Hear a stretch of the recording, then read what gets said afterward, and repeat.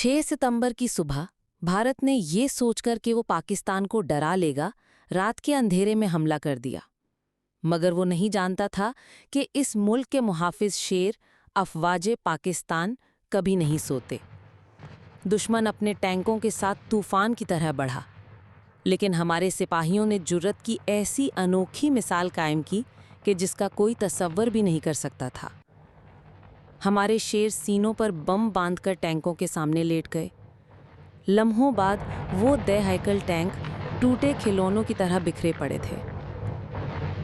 हमारी फिजाइया के शाहीनों की अनमिट दास्तानों में एक दास्तान MM आलम की है, जिसने एक ही मिनट में 5 भारतीय जहाज मार गिराए। उन दिनों फिजाएं पाकिस्तान जिंदाबाद के नारों से महकती रहीं। समंदरों में हमारी आबदोज गाजी दुश्मन के लिए खौफ और दहशत की अलामत बनी रही। पाक बहरिया ने पहले ही वार में दुश्मन को एक कदम आगे बढ़ाने के काबिल ना छोड़ा। ये तो अफवाज की सूरत हाल थी, और उनकी पुश्त पर ईमानी वलवले से सरशार अवाम की ताकत देखने के काबिल थी। हर एक ने अपना फर्ज तय कर लिया।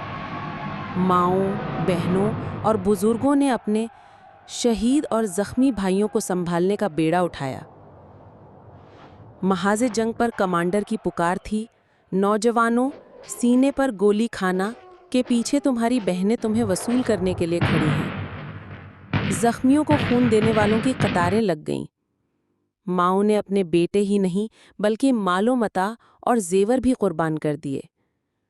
लोग खाना बना बना कर भेजते, औरतें स्वेटर बुन बुन कर महाज़े जंग की तरफ रवाना करतीं। नौजवान एड़ियां ऊंची करके खुद को महाज पर जाने के काबिल साबित करने की कोशिश करते। फिजाए बदर एक बार फिर जिंदा उठी, यूं लगता था जैसे नुसरत के फरिश्ते उतर आए हों। हिंदू कैदी हैरत से पूछते कि ये कौन सी फौज है जो तलवारों के अज़्म के साथ जंग लड़ रही है। हक और बातिल की इस जंग में रब्बे करीम ने जुर्रत ईमानी देखते हुए फतह पाकिस्तान के नाम लिख दी। ये 17 दिन महज जंग के दिन नहीं थे, ये ईमान, कुर्बानी और इत्तेहाद की अल-अज़ाल दास्तान थे।